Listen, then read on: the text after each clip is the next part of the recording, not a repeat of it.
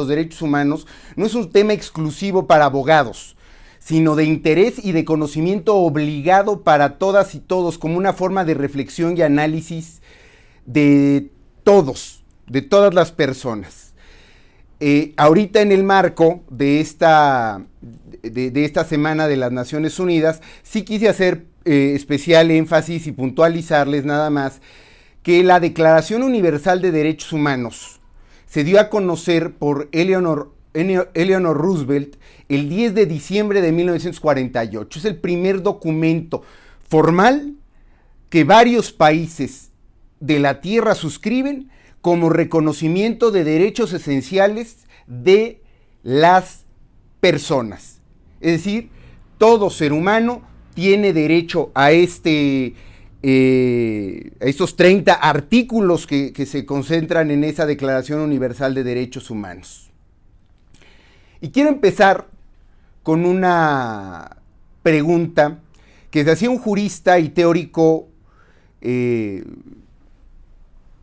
connotado, John Rawls, en un libro que se llama Teoría de la Justicia, que dice, ¿cuáles son los derechos mínimos que una persona debe tener, que un ser humano debe tener? ¿Cuáles son esos derechos mínimos? Y esto tiene una connotación fundamental si lo llevamos al ámbito del desarrollo personal. Dicho de otra manera, y aquí hay una división, dicen, la mejor forma en la que los seres humanos se pueden desarrollar es a través de un reconocimiento básico de derechos. Es decir, no puede haber pleno desarrollo de las personas si no tienen una base estructural de derechos que sean protegidos a nivel internacional. Y la pregunta es importante porque nos permite tener claridad sobre un tema. Los derechos humanos, lo principal que defienden, el principio fundamental que defienden, algunos podrán decirme la vida, otros podrán decirme la libertad, otros podrán decirme cualquier cantidad de circunstancias. Sin embargo, lo principal que los derechos humanos, estos derechos fundamentales defienden es la dignidad de la persona. Y de ahí devienen una serie de contenidos, de leyes y de normas que permiten que los individuos puedan desarrollarse plenamente. Dicen inclusive, y había teóricos que decían, que la diferencia entre una vida útil y una vida desperdiciada es la capacidad que se tiene de gozar de dignidad y de la protección de los derechos esenciales dentro de la vida pública comunitaria. Es decir, un ser humano no puede alcanzar pleno desarrollo sin la protección estricta de sus derechos humanos. Y ahorita vamos a abundar en esa materia. ¿Dónde encontramos nosotros los mexicanos los derechos humanos? ¿Dónde están? ¿Quién se ha hecho esa pregunta? Y yo, con todo respeto a quien esté dirigiendo la conversación, yo sí le rogaría, amén de las preguntas que pueda responderles, que los jóvenes sí tengan la posibilidad de tener interlocución. Yo soy un ponente de foros, de teatros, entonces me gusta la interlocución con los jóvenes, porque eso nos ayuda mucho a ir nutriendo y a ir desarrollando el tema de mejor forma. No irnos linealmente, sino yo les pediría que de alguna manera, obviamente sin arrebatarnos la palabra, pudiéramos ir participando. Ok, perfecto. En todo caso, si surgen preguntas, lo ideal sería que levantaran la mano y ya les daríamos ahí la participación a ustedes para que el licenciado Cristian pueda responder pues las dudas que vayan surgiendo. Entonces, yo la primera pregunta que a ustedes les haría, después de que ustedes tengan la posibilidad de preguntarme lo que gusten, es ¿dónde encontramos los derechos humanos, jóvenes? ¿Quién tiene una respuesta? Bueno, están aquí mencionando también en el chat, dice que el derecho del empleo. Ahorita lo vamos a tocar, pero los derechos humanos el cúmulo de derechos humanos, jóvenes, ¿dónde lo encontramos? Si ustedes quisieran consultar los derechos humanos en México, y me estoy enfocando únicamente en la parte de nuestro país, ¿dónde los encontramos? Muy bien, vamos con la participación de Adriana Frías. Hola, licenciado Cristian, buenas tardes. Muy buenas tardes. Mi nombre es Adriana Frías, de segundo de bachillerato. Y bueno, yo pienso que si es para consultar, los derechos humanos se encontrarían en la Constitución Política, Bien. en la Carta Magna, y podemos encontrar todos los artículos en donde se supone que vienen detallados cada uno de nuestros derechos. Y también siento que si estuviéramos conscientes más de los derechos que tenemos, los podríamos encontrar en nosotros mismos para hacerlos valer si en algún momento sentimos que no se están respetando. Hasta ahí iríamos bien. ¿Alguien más? Bueno, está la participación también de Eduardo. Vamos a ver. Buenos días, licenciado. Buenos días. Creo que estarían ubicados, como dice mi compañera Adriana, en la Carta Magna, donde cada persona puede consultar con los medios que existen hoy en día a través de internet, puede resultar encontrando los derechos de cada persona que tenemos como sociedad establecidos en esta. Bien. ¿Alguna otra participación para seguir adelante y no gastarnos todo el tiempo en esto para después poderles contestar cualquier pregunta, duda que puedan ustedes tener? Licenciado Cristian, hasta el momento no hay Bueno, otra. los derechos humanos en México, jóvenes, la pregunta expresa de dónde están, dónde los encuentro. Bueno, pues están principalmente, como se había establecido, porque es una pluralidad de normas jurídicas, pero principalmente se encuentran en la Constitución. Pero cuidado, no en toda la Constitución. En esencia, y no, y formalmente y no. Y ahora les voy a explicar por qué. Tenemos del artículo 1 al artículo 29, lo que antes se denominaban las garantías individuales. Hoy ya concentradas en este cúmulo de derechos humanos, que dicho sea de paso, es una materia esencial hoy para el desarrollo de los pueblos, no solamente en México. Y cuando hablo de los pueblos me refiero a comunidades, ciudades, estados, sino también de los países. Es decir, los derechos humanos tienen hoy por hoy una connotación especial en razón de que son derechos básicos fundamentales que todo ser humano, por el hecho de existir, tiene. Entonces, en el caso de México, del 1 al 29 principalmente los vamos a encontrar, aunque no todos son derechos humanos. De hecho, es el capítulo primero, que se hace llamar de los derechos humanos y sus garantías. Y podríamos abundar en esa materia, ¿no? Entre esos derechos encontramos dentro de los primeros este derecho de igualdad entre hombres y mujeres en el artículo 4 constitucional, donde también se desprenden otros derechos esenciales y fundamentales como el derecho a la alimentación, a una alimentación suficiente, correcta, adecuada, el derecho a la salud, donde también tiene participación el Estado. Y en un momento vamos a ir nosotros adentrándonos como sociedad en hasta qué momento, hasta qué parte a mí me corresponde ejercer los derechos humanos y en qué momento el Estado tiene la obligación de proveérmelos y de qué manera. Porque eso es también muy interesante. Cuando hablamos de derechos, lo primero, y de derechos humanos esencialmente, lo primero que nos viene a la mente es el Estado tiene la obligación de proveerlos, pero también nosotros como personas, y más adelante lo abordaremos, somos los principales violadores de derechos humanos que existen. El individuo, no necesariamente el Estado. Antes se consideraba que el Estado era el único ente que era susceptible de violar derechos humanos de las personas. La realidad es que no es así.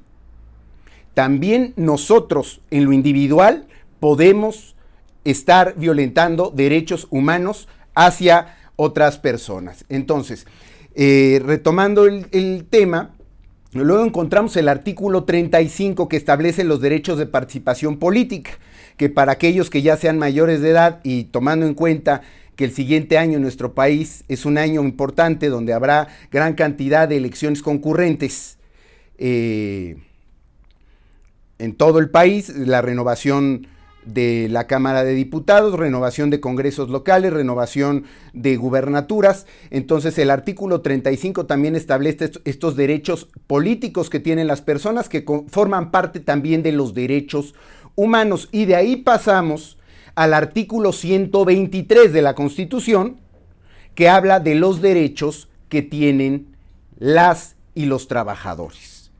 Notarán ustedes que una de las cosas que estoy empleando es el denominar las y los como parte de un lenguaje inclusivo, incluyente. Yo debo decirlo, y sé que además me están grabando porque tengo esa gentileza siempre que graben mis ponencias y de decir las cosas como son.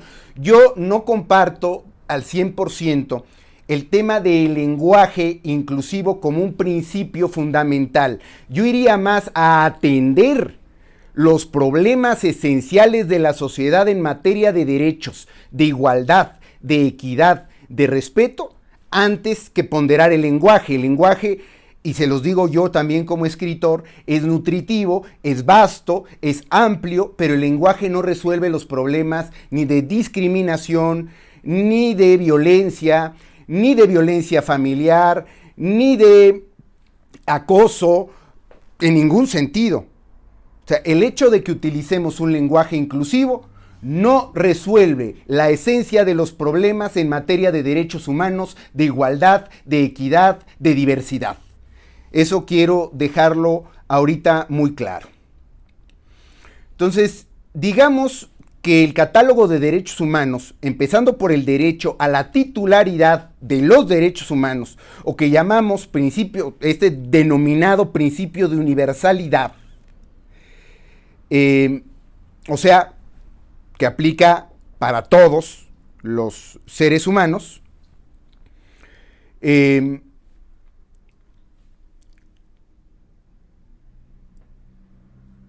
lo que los diferencia de otro tipo de derechos es que estos son de carácter irrenunciable, por ejemplo.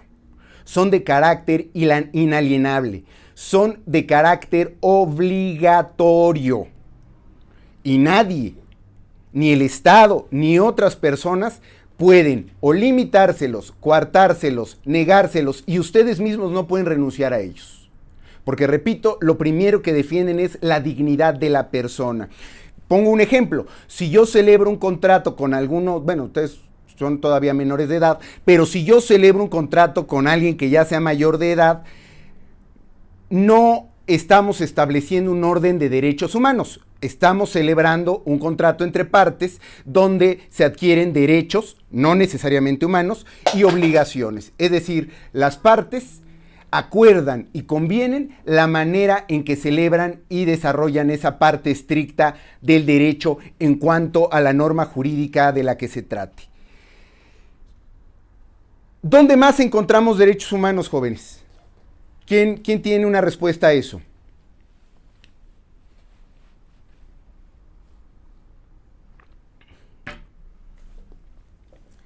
Si no hay sí.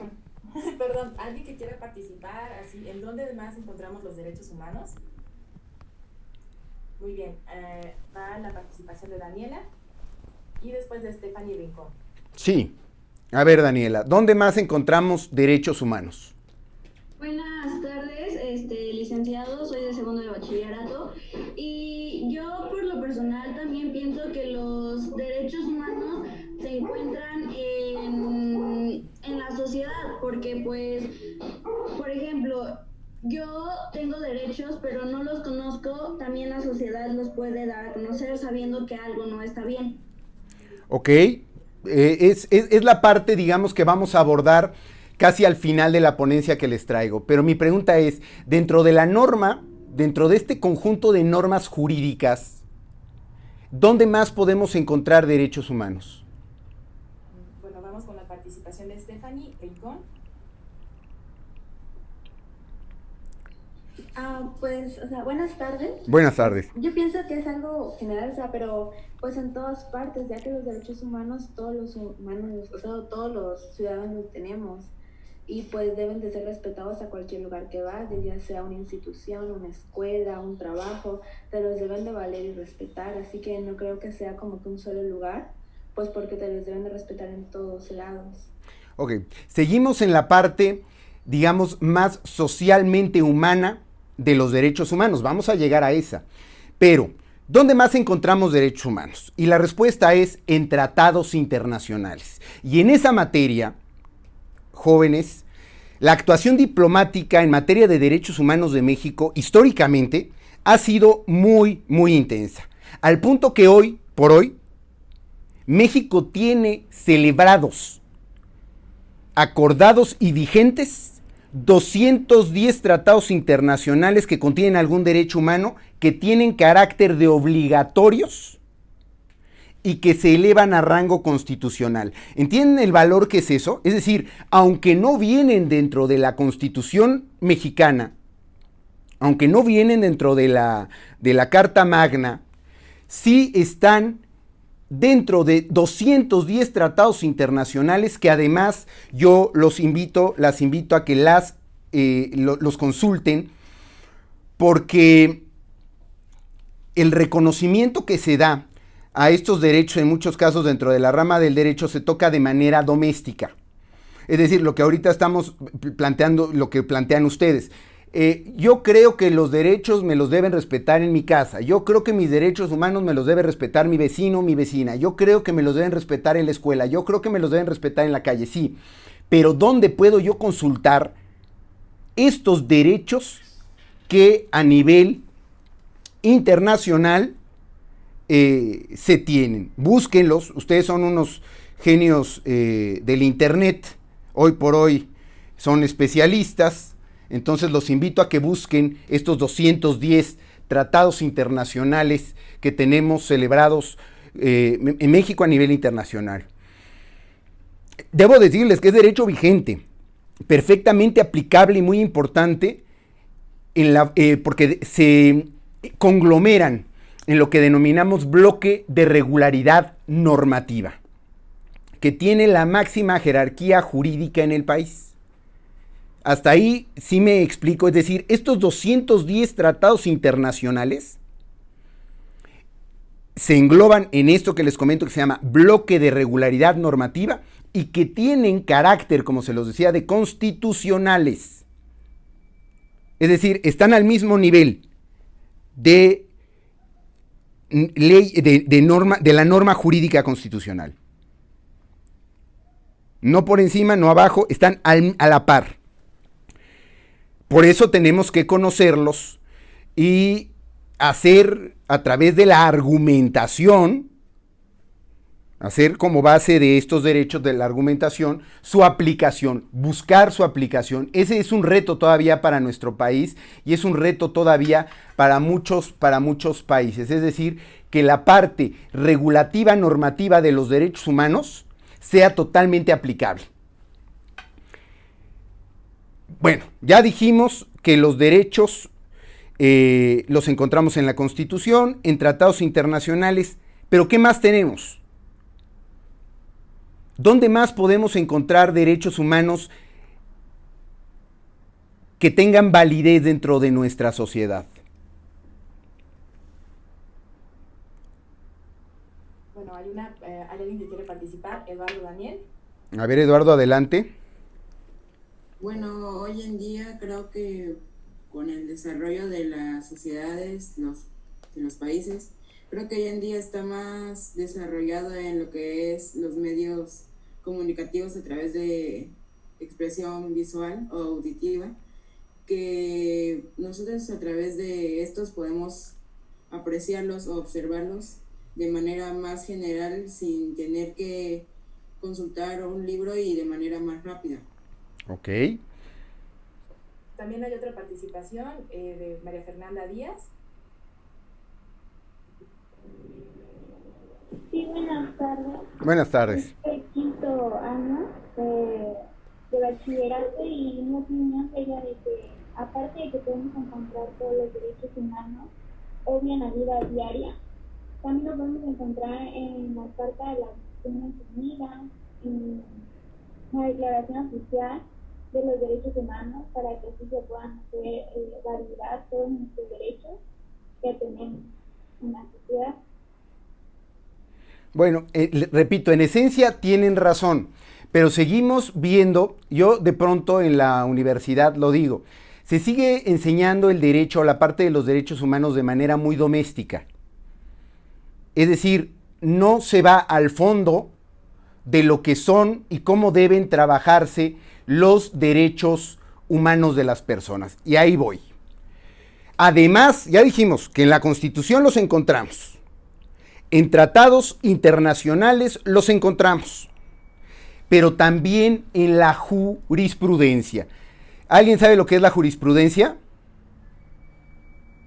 Bueno, para aquellos que gusten y que decidan encauzarse por el camino del derecho, descubrirán que la jurisprudencia son sentencias de acumulación que tienen jueces y que tiene la Suprema Corte de Justicia de la Nación, que alcanzan rango de obligatoriedad en razón de que su argumentación permite derivar de ello un derecho, una garantía o en este caso un derecho humano.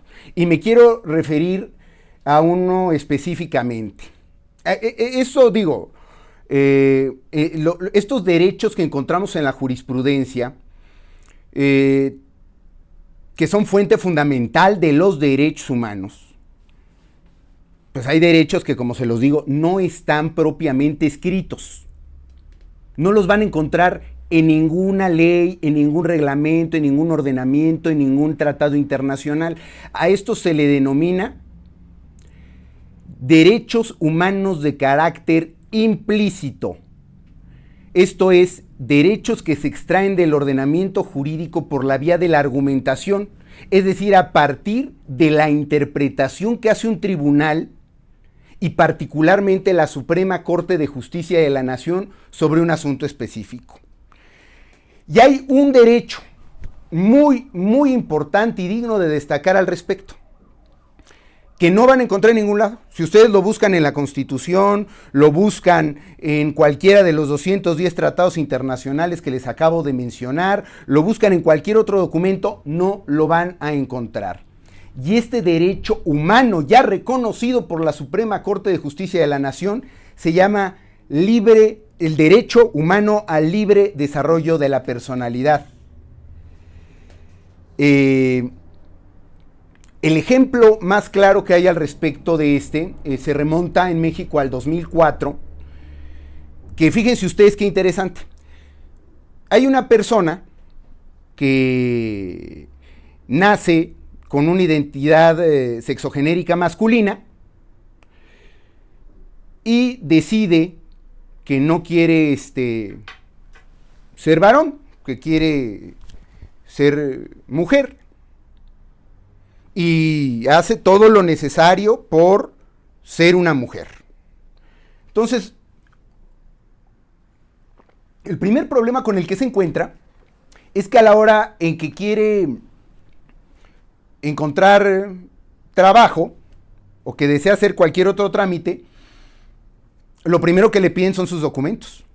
Entonces, ahora no recuerdo el nombre original que tenía esta persona, pero pongamos que se llamaba Pedro, ¿no? Entonces, llega Pedro al registro civil de la Ciudad de México, aquí en Arcos de Belén, y dice: vengo a que me corrijan mi acta de nacimiento, porque yo ya no quiero ser Pedro, sino me quiero llamar, no sé, Luisa. Y le dice el registro civil: bueno, la parte normativa establece que yo puedo hacer correcciones a tu acta de nacimiento siempre que haya habido un error de dedo por parte del registrador.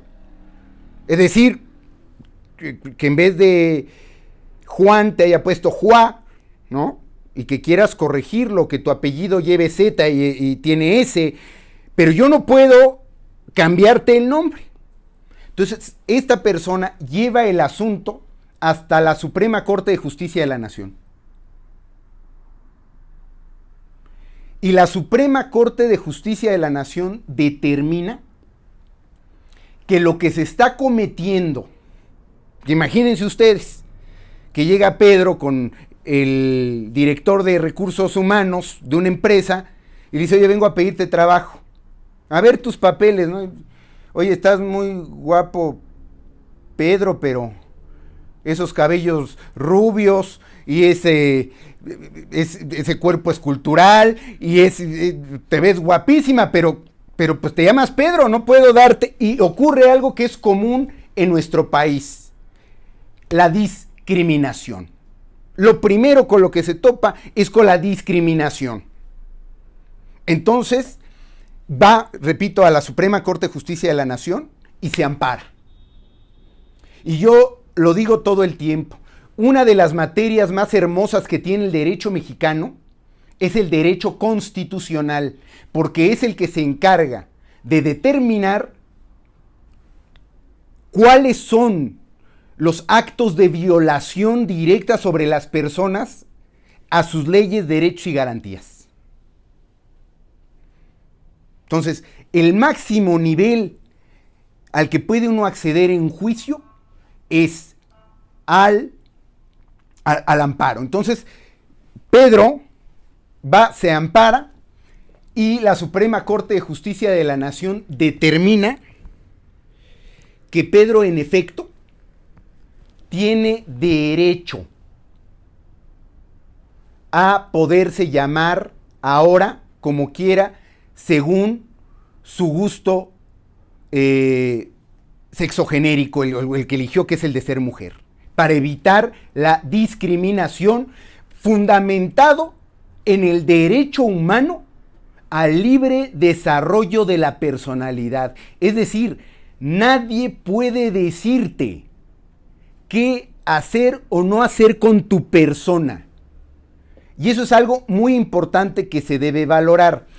Otros ejemplos de este derecho implícito son, por ejemplo, el consumo lúdico de la marihuana, que recordarán ustedes que fue un tema hace unos años, no tantos, hace un par de años, donde varias personas se amparan y ganan ese amparo.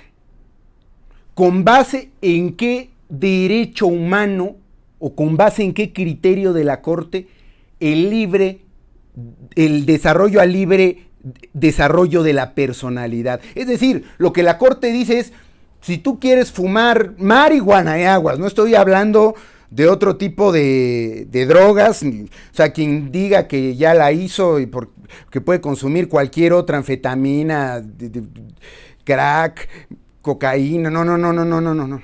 Únicamente la Corte hace referencia específica a la marihuana por un consumo lúdico. Y dice, pues si te quieres quemar las neuronas es tu asunto. Obviamente yo a mis alumnos, a mis compañeros en las conferencias que doy, pues yo les pido, no por una cuestión moral, sino por una cuestión, y sus profesores me entenderán, pues que no lo hagan. Y no lo hagan no por persignarnos y porque Dios nos vaya a castigar, y ahorita también vamos a abordar ese tema, sino porque el consumo de ciertas drogas psicoactivas van desgastando las neuronas. Y nosotros, cuando damos alguna clase, cuando damos alguna cátedra, lo que hacemos es estimular sus neuronas. Entonces, cuando ustedes consumen cualquier tipo de droga, en este caso específicamente la marihuana, pues van quemando esas neuronas y todo ese trabajo que se hace y se desarrolla en la escuela, pues se va a la basura, ¿no? Porque ya no hay manera de seguir nutriendo, de seguir alimentando sus mentes, porque van desgastando sus neuronas. Pero, y hago otra acotación, únicamente la Corte refería al consumo.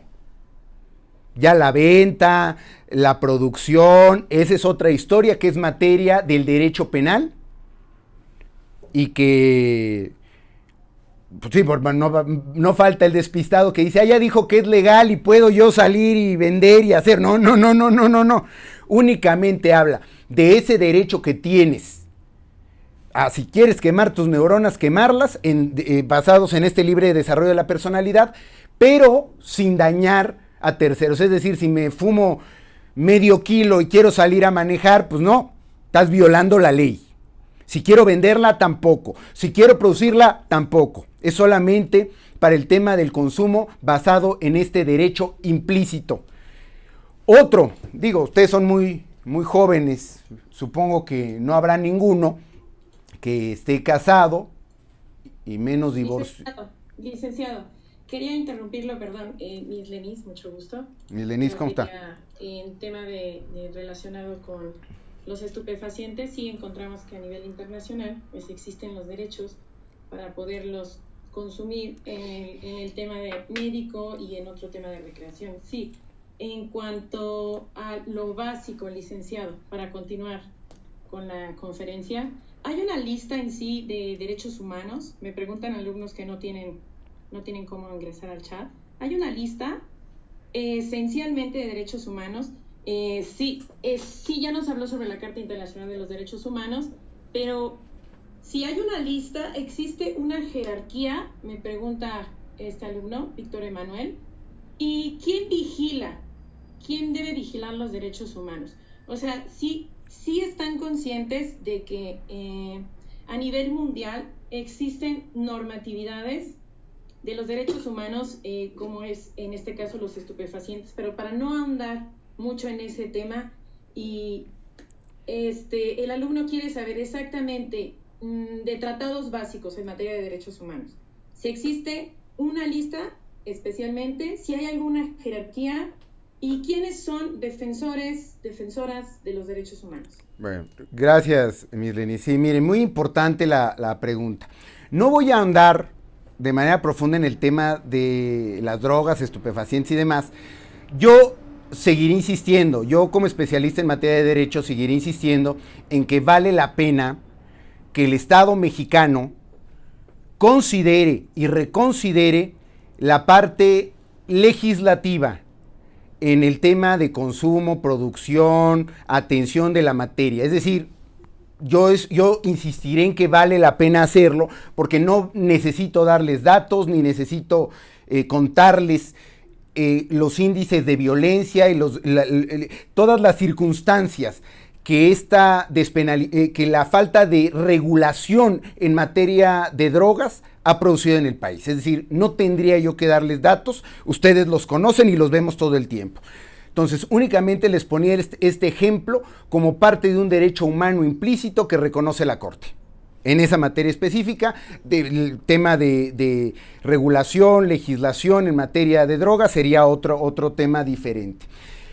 El principal documento que encontramos como una lista de derechos humanos reconocidos a nivel internacional es precisamente lo que les enunciaba yo, la Declaración Universal de los Derechos Humanos del 10 de diciembre de 1948, dado a conocer por Eleanor Roosevelt, y que son, digamos, la base esencial de los derechos a nivel internacional. De hecho, los da a conocer en París, pero también quisiera enfocarme en México. Es decir, en el tema estricto de jerarquía de derechos, y es algo que ahorita les explicaba, ya habíamos determinado que los encontramos en tres lugares específicos. En la Constitución Política de los Estados Unidos Mexicanos, en sus primeros artículos, que es de los derechos y sus garantías, en los 210 tratados internacionales que existen suscritos por México y que forman parte del derecho vigente, y en la jurisprudencia. ¿Cuál es su nivel de jerarquía o su valor jerárquico? El rango constitucional, es decir, todos estos derechos tienen el mayor nivel de reconocimiento a nivel nacional. Y cada país, dependiendo sus condiciones, porque ahora los voy a invitar a hacer un ejercicio mental, un ejercicio, vamos a hacer algo de magia. Imagínense todos ustedes que hay un debate en el cielo o en algún lugar donde nos van a decir dónde nos toca nacer. Y nos puede tocar nacer en Tuxtla Gutiérrez o nos puede tocar nacer en Oaxaca o en Puebla o en la Ciudad de México o en una colonia de clase alta, media o baja. La pregunta aquí sería, ¿los derechos humanos aplican diferente? ¿Deberían aplicar diferente? Por supuesto que no es la respuesta, y no deberían aplicar diferente porque los derechos humanos, la principal característica que tienen es que son de carácter universal, es decir, aplican para todos los seres humanos. Ahora, en el caso de México, y esta es una pregunta muy interesante, reconocemos los derechos humanos para todas las personas. Y encontramos que dentro de la legislación mexicana hay reconocimiento a dos tipos de personas. ¿Alguien sabe cuáles son?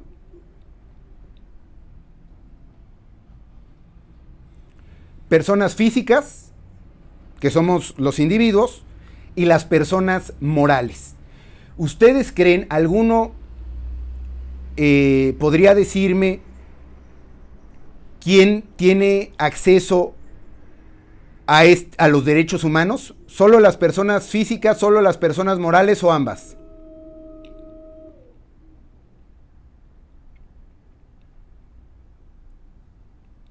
¿Nadie? ¿Alguien que quiera participar? Bueno, Montserrat Zamudio, le doy la palabra.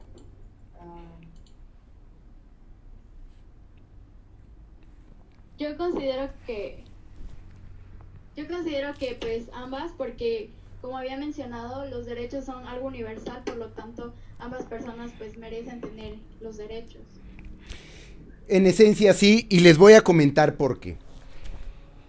La ley mexicana nos establece que las personas, en este caso las personas morales, también son sujetos de derechos humanos. Obviamente no de todos.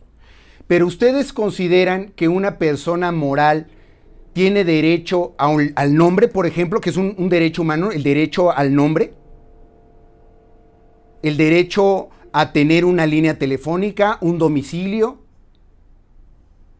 Es decir, esta parte de los derechos en México es muy importante porque protege esencialmente los derechos de todas las personas, obviamente en diferente ámbito, pero si hablamos de derechos humanos estrictamente, en México lo vamos a entender como un cúmulo de derechos de personas. Y las personas pueden ser físicas o morales. Es decir, muchos de estos derechos también tienen valor y validez para las personas morales. Eso ya sería materia de abundar en otro caso. Regreso a lo que estaba yo diciendo, esperando haber contestado la pregunta de la profesora Lenis. Aquí, otro parte de estos derechos implícitos, de este libre desarrollo de la personalidad, habla, yo decía, ustedes son muy jóvenes, no creo que ninguno esté casado y menos divorciado. Pero, bueno, nunca falta algún precoz. Si es así, dígame. Tomando en cuenta que ya tuvimos una breve introducción sobre los derechos humanos en la sociedad, tienen un poquito de curiosidad. ¿Qué pasa con los derechos humanos ahora que estamos pasando esta época de pandemia? ¿Podemos adentrarnos un poco? ¿Qué sucede ahí? ¿Qué pasa con nuestros derechos? ¿Podría usted comentarnos un poquito? Claro que sí. Claro que sí. Miren, concluyo esta idea porque es muy importante en el sentido amplio de lo que son los derechos humanos y cómo operan en nuestro país. Entonces yo les ponía el ejemplo de aquellos jóvenes pues, que seguramente no han estado casados. Anteriormente, en la ley mexicana se establecía que para poderte divorciar una vez que estabas casado, tenías que darle a un juez una causal para separarte. Si tú llegabas con el juez y le decías, pues fíjese que ya ella no lo ama o él no lo ama, pues ni modo, eso lo hubieran pensado antes, contestaría el juez, ¿no? Entonces los litigantes tenían que darse a la tarea de inventar alguna causal. La principal causal que se inventaba pues era la violencia, ¿no? Señora, pues diga que le pegó, señor, diga que lo maltrata, oiga, pero si mi queja fundamental es que ni me habla, bueno, pues de esa argumentación, porque había que cumplir con la parte formal de la ley. Hoy por hoy, gracias a esta parte argumentativa y a este derecho de libre desarrollo de la personalidad, se nos dice que con que una de las partes no necesariamente estén de acuerdo o no, cualquiera de las partes puede divorciarse sin el consentimiento del otro. Es decir, con que una de las partes tenga la voluntad de separarse es más que suficiente, sin ninguna causal. Y finalmente, para entrar al tema de cómo afecta los derechos humanos el tema de la pandemia, tocaría un último punto que para todos y todas puede resultar muy interesante, que también es materia jurisprudencial, donde se dice que, y esto ocurrió en una pareja, donde decían, oiga, yo quiero que mi hijo, y eso yo creo que ocurre en la mayoría de los casos con ustedes, lleve el apellido materno antes que el paterno. Entonces llegaron al registro civil, esta pareja, y ellos ya habían acordado que primero querían que fuera el apellido materno y luego el paterno, y el registrador les dijo no. Entonces llevan el caso al amparo, y la corte le reconoce el derecho. Fíjense ustedes qué interesante. Le reconoce el derecho a esta pareja de poder poner el apellido de la madre antes que del padre en el momento que lo decidan. ¿Derivado de qué? De que no hacerlo, estaríamos ponderando el machismo, dejando en segundo lugar la importancia de la mujer. Es decir, sí, el apellido del papá es importante, el de la mujer también, pero en segundo lugar. Entonces, tratando de erradicar esta parte del machismo, del género, buscar esta igualdad de derechos de género que además establece el cuarto constitucional cuando dice que el hombre y la mujer ante la ley son iguales, le reconoce ese derecho a que cuando las partes, papá, mamá, papá, ahora así como funciona ya en nuestros tiempos, decidan que el apellido paterno o materno va antes, puedan ellos alcanzar y lograr este cometido. Disculpe, licenciado, sí. Buenas tardes. Buenas tardes. Bueno, nada más como recordatorio en la cuestión del tiempo del evento, pues nada más le quedaría 5 minutos para pasar a lo que es la sesión de preguntas con la comunidad estudiantil. Claro que sí. Entonces vamos a avanzar rápidamente. En el tema, y sí quiero buscar ahí una conjugación de cómo han afectado los derechos, cómo se han visto afectados los derechos humanos en esta época de pandemia. La pandemia ha llevado por consecuencia el encierro y la limitación de ciertas actividades. Vamos a encontrar que dentro de los derechos fundamentales que encontramos en esta Declaración Internacional de los Derechos Humanos está el derecho a una nacionalidad, a la igualdad, a la no discriminación, a la vida, a la no esclavitud, a la no tortura, a la protección general de la ley de los países en materia de derechos humanos, a la detención a la no detención injusta, que además encontramos también en nuestra Constitución, artículo 14 y 16 constitucional. Nadie puede ser molestado en su vida, persona, patrimonio, si no es por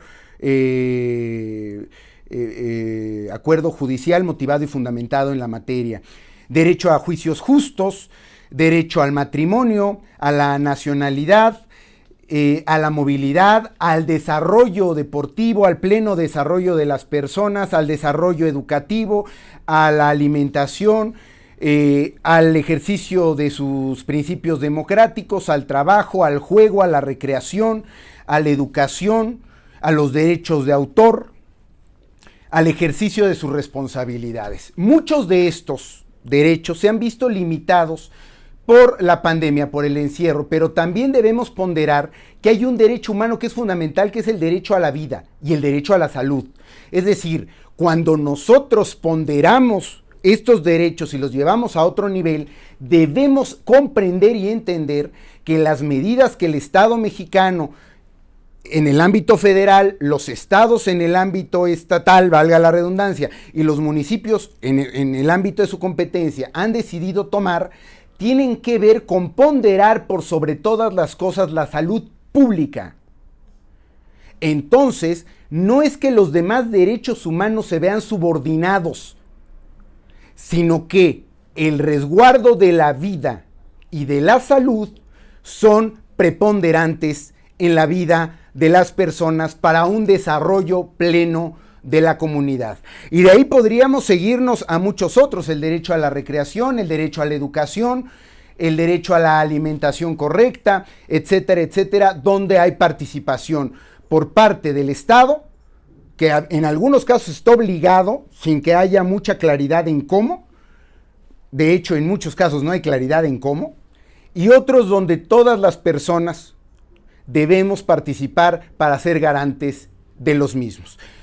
Como colofón, decir que los derechos humanos no solamente son de ejercicio jurídico, es decir, no solamente regulan la vida pública de una nación, de un estado, de un municipio. Los derechos humanos regulan la vida interna en la relación de las personas, en la relación de las familias, en la relación comunitaria. En medida de que conozcamos los derechos humanos y su forma de ejercicio, porque muchos de ustedes, y eso concluyo con este ejemplo, hay un derecho humano fundamental que es el derecho a la presunción de inocencia. ¿Y cuántos de ustedes no han leído últimamente? Digo, yo estoy en contra de la corrupción como todos, y en contra de los actos de violencia y de hechos de discriminación como todos, pero ¿cuántos no hemos encontrado en Facebook, en Twitter, en redes sociales, que se hace un señalamiento a una persona y entonces se le lapida públicamente en las redes sociales, violando esencialmente el derecho a la presunción de inocencia? ¿Cuántas veces en casa no ha ocurrido que decimos, yo creo que fue fulanito en la escuela, yo supongo que fue perenganito quien hizo, quien dejó de hacer o tornó? Imagínense la importancia de los derechos que hoy por hoy, dentro del debido proceso judicial que todas las personas deben tener, específicamente en materia penal, está ese derecho a la presunción de inocencia. Es decir, tú eres inocente de cualquier cosa que se te impute hasta que te demuestren lo contrario. Y evitar en medida de lo posible, ustedes que están dentro de las redes sociales, generar juicios de valor o prejuzgar acciones. Insisto, yo estoy en contra de cualquier acto de corrupción, en contra de cualquier acto que vaya en contra de la dignidad de las personas, pero también juzgar, y denme el nombre del que quieran, podemos poner ahorita 20 nombres y ya estoy seguro que cada uno de ustedes generó ya un juicio diciendo es un corrupto, un ladrón. No sé si recordarán ustedes el caso de los porquis de Veracruz. Si no, que lo puedan recordar. En un minuto concluyo. Para poder decir, todos los derechos humanos, el cúmulo de estos derechos que les acabo de expresar, deben tener como fundamento y base el ejercicio principal de ustedes desde la casa, llevados a la vida pública social, y desde luego conocerlos para que en caso de requerirlo puedan tener una defensa jurídica y una exposición de estos a través de la argumentación y del conocimiento de los mismos. Muchísimas gracias. Sí, bueno, pues muchísimas gracias, licenciado, por ahora sí las palabras y los mensajes que usted nos ha compartido. ¿no?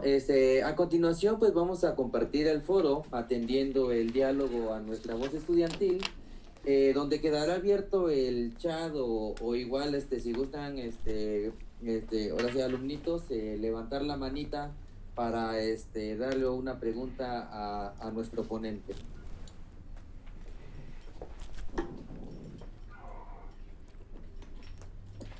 Bueno, le vamos a dar la palabra a la alumna, Montserrat Zamudio.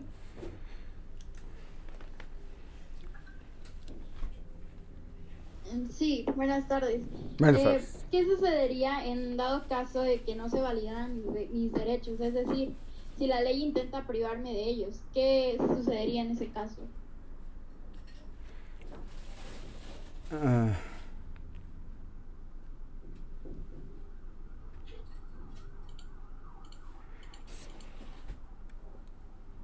Si me abren el micrófono, ahí está. Si es que tenía cerrado el micrófono para el anfitrión. Esto es importante que lo entiendan, jóvenes. Nadie, ninguna autoridad, y por eso yo les establecía el artículo 14 y 16 constitucionales. Ninguna autoridad puede violar, limitar, restringir derechos y mucho menos pueden obligarlos a que renuncien a ellos. No sé si en ese sentido contesto la pregunta de manera muy clara. Cualquier autoridad que pretenda privarlos de un derecho, y por eso es importante conocerlos, cualquier autoridad que pretenda privarlos de un derecho, cualquier derecho, no solamente un derecho humano, sino aquellos que están contenidos también dentro de la norma jurídica general que tenemos en el país, leyes, reglamentos, cualquiera que pretenda privarlos de ellos está violando principios fundamentales de las personas y eso significa que la autoridad está actuando de manera arbitraria y los actos arbitrarios son castigados por la ley. Para eso existen los tribunales. No sé si han escuchado ustedes dentro del proceso que existen diferentes momentos procesales. Es decir, cuando un juez de primera instancia ha dictado una sentencia y yo considero que parte o la totalidad de mis derechos fueron violados en ese sentido, puedo recurrir a una siguiente instancia y si esa instancia no resuelve, entonces voy al amparo. Y el amparo determinará si los derechos fundamentales de ese individuo fueron violados o no y de qué manera.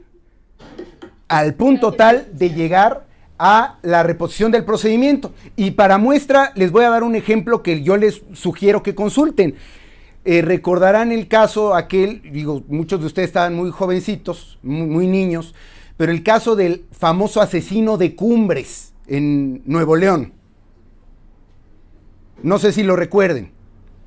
Bueno, después de, creo que son 12, 14 años de proceso, un juez de amparo decide que este muchacho al que se le acusa de haber cometido estos asesinatos, se le violaron derechos humanos. El caso Florence Cassés, creo que también le suena.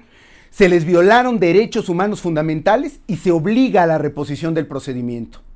Es decir, cuando se demuestra que en efecto la autoridad está actuando de manera arbitraria, hay muchos mecanismos para hacer valer esos derechos. Por eso es importante que los conozcan, inclusive desde una detención.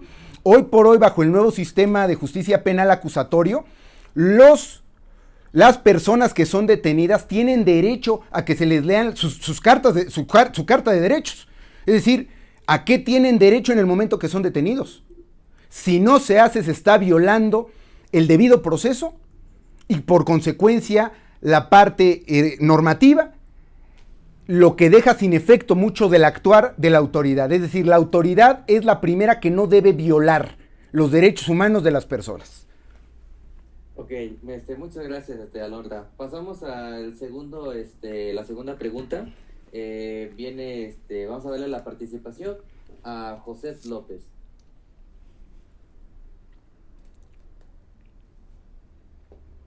Hola, buenos días. Mi pregunta es, quería saber dónde puedo encontrar más sobre estos derechos, porque pues la verdad sí me interesa aprender más sobre mis derechos.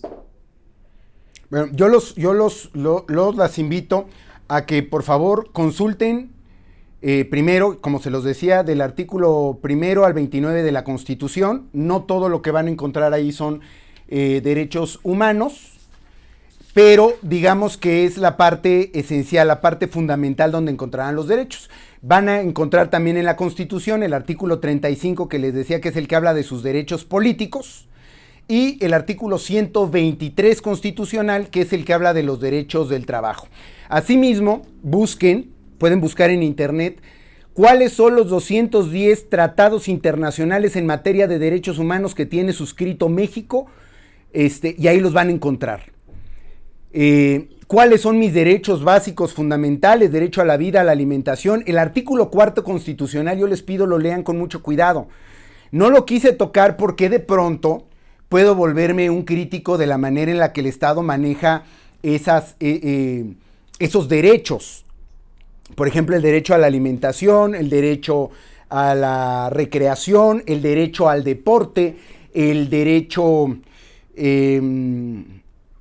a la educación, el derecho a la igualdad.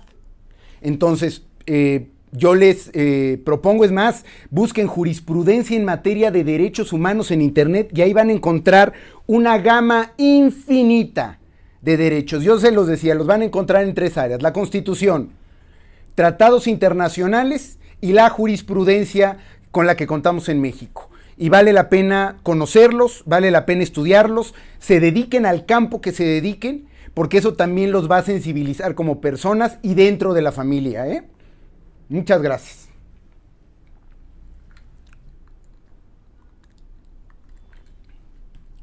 Ok, como última pregunta y participación, pues le damos la palabra a la alumna Abril de León. Vamos a habilitarla.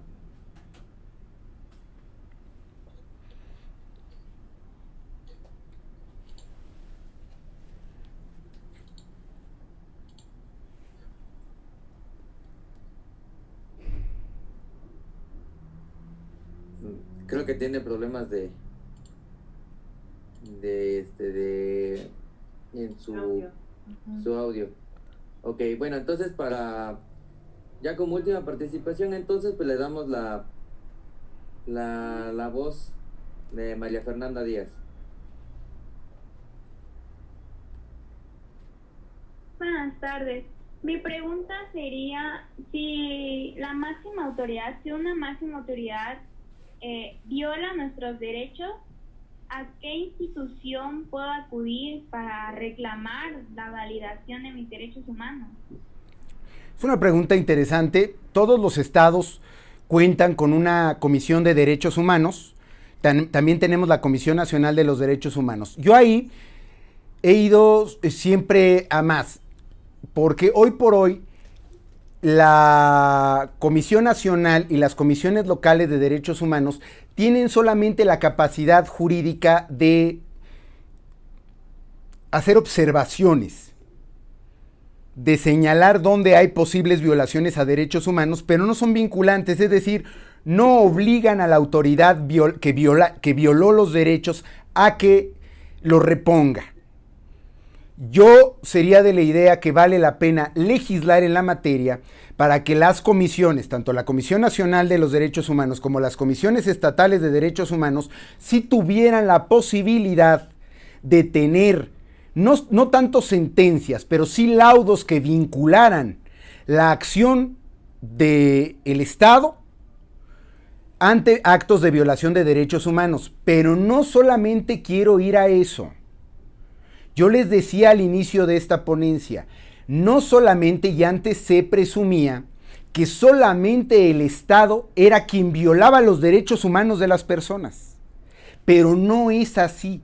Hoy por hoy, las personas mismas pueden violar los derechos de otros. Discriminación, cuando vemos por cualquier tipo de cuestión de raza, credo, religión, preferencia sexual, color de piel.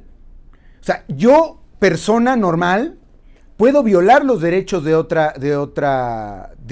individuo, y también debería ser las comisiones locales de derechos humanos y la Comisión Nacional de Derechos Humanos quienes pudieran tener intervención para lograr que esos derechos sean respetados. Como una última reflexión, quiero decirles, lean, analicen, estudien los derechos humanos desde el punto de vista más sensible. Y comiencen ustedes, si queremos verdaderamente lograr un cambio trascendente en materia de derechos humanos, comencemos a transformar la vida interna desde el hogar, jóvenes. El trato que nosotros tenemos con nuestros semejantes, con nuestras compañeras y compañeros, con nuestros padres, con los padres y madres de familia, con nuestros profesores y también de allá para acá, profesores, comunidad en general, vecinos, vecinas, tengan ese trato respetuoso, garante de derechos fundamentales. En razón de que nosotros los conozcamos los derechos humanos y los ejerzamos, estaremos en posibilidad de verdaderamente ver una transformación social que vaya de lo más básico a lo más complejo. Si yo considero que mi derecho vale más que el de mi vecino, entonces de entrada ya estoy cometiendo un error.